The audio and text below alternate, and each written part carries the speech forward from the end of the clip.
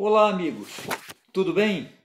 Uma das questões mais interessantes do campo da filosofia se refere à origem do conhecimento. Pois é, como é que a gente conhece as coisas, os seres, as coisas à nossa volta?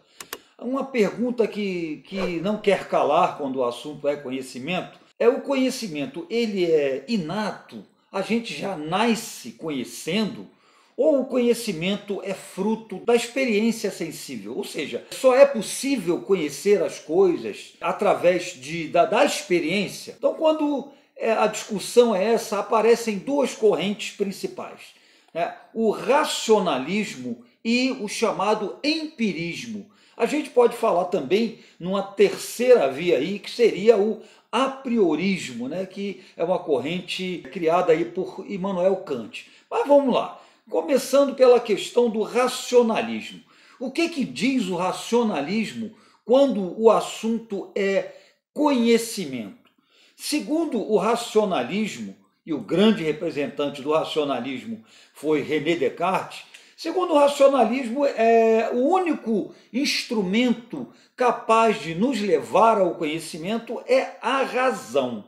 Ela é o único instrumento seguro. Qualquer outro tipo de conhecimento que não seja oriundo da razão, que é algo inato, né, seria algo perigoso, não seria algo seguro. Ou seja, ele condenava o conhecimento adquirido através da experiência, né, da experiência sensível. Ou seja, não concordava com o chamado empirismo. Tá? O que o Descartes colocava para a gente? Os princípios lógicos, eles são inatos. Por isso, a razão seria o único instrumento seguro de se obter o conhecimento. Tá? Ele entendia que as experiências sensíveis, elas nos induzem ao erro, não levam a um conhecimento seguro. Por quê? Porque os sentidos, eles nos enganam.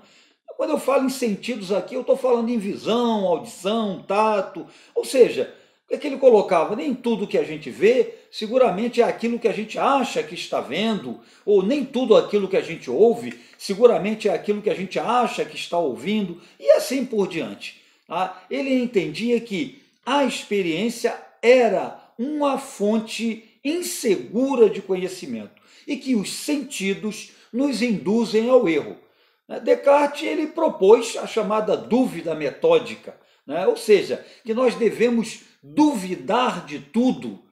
A única coisa que ele dizia que a gente não poderia duvidar seria da existência dos nossos pensamentos, que, aliás, seria a prova da nossa própria existência. Né? É famosa a frase dele, né? O cogito ergo sum, ou seja, penso, logo existo. Fora os meus pensamentos, fora a existência dos meus pensamentos, que me dão certeza da minha existência, o restante é fonte de dúvida, né? É conhecimento inseguro. Tá? Só é seguro, portanto, aquilo que é oriundo da razão. Só que aí, né, a gente colocaria até um questionamentozinho, né? Será que não dá para conhecer nada pela experiência sensível? A pergunta que eu coloco é uma pergunta simples. Por exemplo, como é que eu saberia a diferença entre doce e salgado se eu não vivesse uma experiência de algo doce e algo salgado com o meu paladar?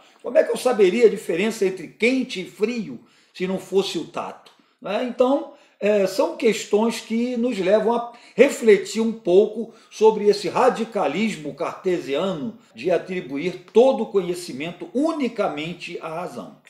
A segunda corrente, conforme a gente disse, é o empirismo.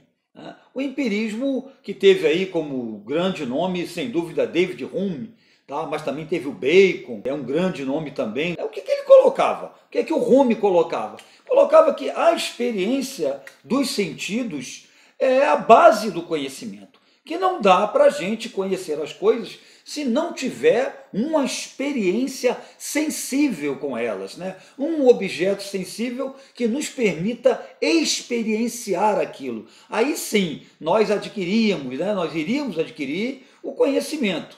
Né? Então ele colocava a experiência como um pré-requisito. Agora, aqui também cabe um questionamento. Será que dá para eu, né, ter experiência sensível com tudo? Por exemplo, Eu tenho a ideia de infinito, mas como que eu vou viver uma experiência sensível com o infinito? Né? E alguns conceitos matemáticos, físicos, são coisas que realmente não permitem uma experiência sensível. Então, esse é o questionamento que se faz a essa valorização excessiva do empirismo, da experiência, para a gente chegar ao conhecimento. Agora, existe também uma terceira via, que é o chamado apriorismo kantiano, conforme o próprio nome diz, atribuído a Kant. Ele chega aí a um meio termo entre o racionalismo e o empirismo. Ele colocava o quê?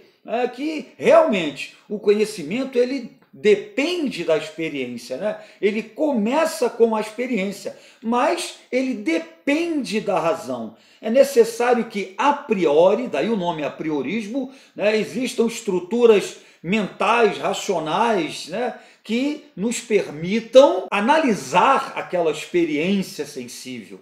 Tá? Então, ou seja, o conhecimento partiria da experiência, segundo o apriorismo, mas dependeria da razão para ele se consolidar. Resumindo, a experiência forneceria a matéria do conhecimento e a razão iria organizar esse conhecimento. Então, o apriorismo é uma teoria conciliadora, vamos colocar assim, entre o racionalismo e o empirismo. É isso aí, gente. Curtiu o vídeo? Se curtiu, deixe o seu comentário, deixe a sua sugestão. Sugestões e críticas são sempre muito bem-vindas para melhorar o nosso trabalho aqui na Polis. Tá bom, gente? Um grande beijo para vocês e até a próxima.